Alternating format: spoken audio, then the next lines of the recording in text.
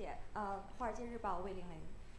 是这样子，刚才易行长您提到了要继续保持人民币汇率在合理均衡区间的稳定，那就想请问一下，这个保持汇率稳定的这个目标，会不会影响到人民银行这个货币政策的这个独立性？也就是说，在必要的时间下，如果要宽松货币来稳增长的话，会不会受到这个稳汇率这个目标的牵制？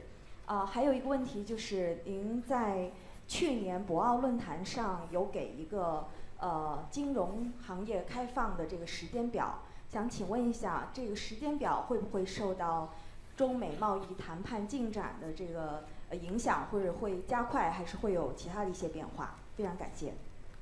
Thank you. I'm with Wall Street Journal. Well, Governor Yi, you just mentioned that the Chinese government intends to keep the RMB exchange rate stable within a reasonable and balanced range. And will this goal affect the PBOC's actions if it wants to stabilize growth when needed to adopt a more easier monetary policy? And another question, at last year's Boao Forum for Asia, you gave a timetable on opening up China's financial sector. Will this timetable be affected by progress regarding the China-US trade talks? Will the talks accelerate the timetable, or will they bring other changes to the timetable? Thank you. 好，谢谢。Thank you. 你提了很好的问题。I like your question. It's a very good one. Concerning the RMB exchange rate, we have to make it stable within a reasonable range. However, the formulating mechanism of the RMB exchange rate is always based on the market, and it's packed to a basket of currencies. Today, the market economy is improving in China, and it's always the market deciding the exchange rate of RMB, and the market's role is larger and larger, and it will play a decisive role. That is the direction of the development of the RMB exchange rate formulation. And you have also raised a question about the conflicts between a stable exchange rate and a stable growth. Over the past years' practices, we have settled this problem properly. First of all, we have to consider that the monetary policy should always be rooted in the domestic market.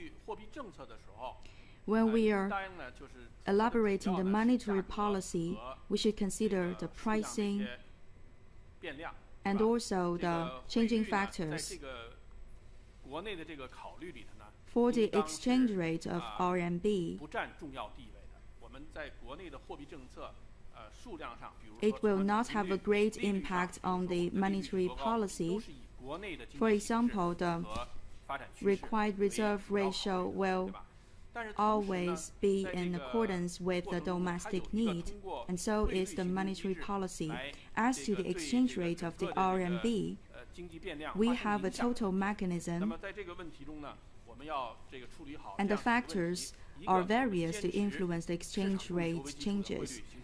But first of all, we have to let the market decide whether we should change the exchange rate of the RMB. The PBOC is not interfering in the changes of the exchange rate of RMB. As to the fluctuations in the exchange rate, I think that is favorable to the elasticity of the economy. As to the macroeconomy and the balance of payment regulation, they can be stabilized thanks to the changes and fluctuations of the RMB exchange rate. They are the stabilizers. Last year, the exchange rate remained stable. However, last year, we see that the highest exchange rate against the US is as high as 6.28, and is also fluctuated to as low as 6.92. against the USD. So that's a 4.2 percentage points of fluctuation in last year alone. That is a small fluctuation compared to the changes of exchange rate of, for example, the British pounds and the euros against the USD. The euro fluctuated about 8%, and British pounds fluctuated about 8% against the USD.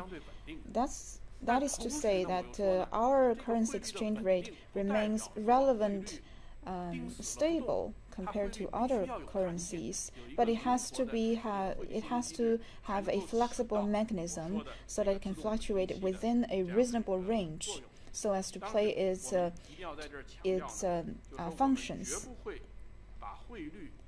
That's why we say that we'll not use currency exchange rate as a tool to gain trade advantages and to boost our export, or use it as a tool to resolve trade frictions. That is something that we'll definitely not do. That is the answer to your first question. Your second question is about the opening up about the financial sector. Last year, President Xi Jinping has made an important remark at the Boao Forum, mentioning that we will further push forward China's opening up policies. It require that it should be early rather than later. It should be fast rather than slow. Last year's April, on behalf of the Chinese government, I have declared a timetable for opening up, specifying 11 policies, and have a very detailed schedule for these 11 measures. Most of these measures have already been implemented. If you look at them, we have many important progress. For example, Singapore has already gained a license and access to China's credit rating market, and American Express has been working with Unicom and gained the authorization and approval.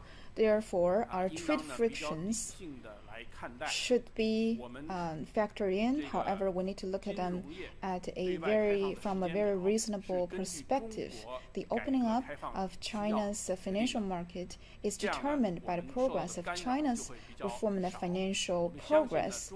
We shouldn't have a lot of interference from external powers. We need to give priority to national interest. Our priority is to serve the people in a better way, and that's how we determine the timetable for opening up.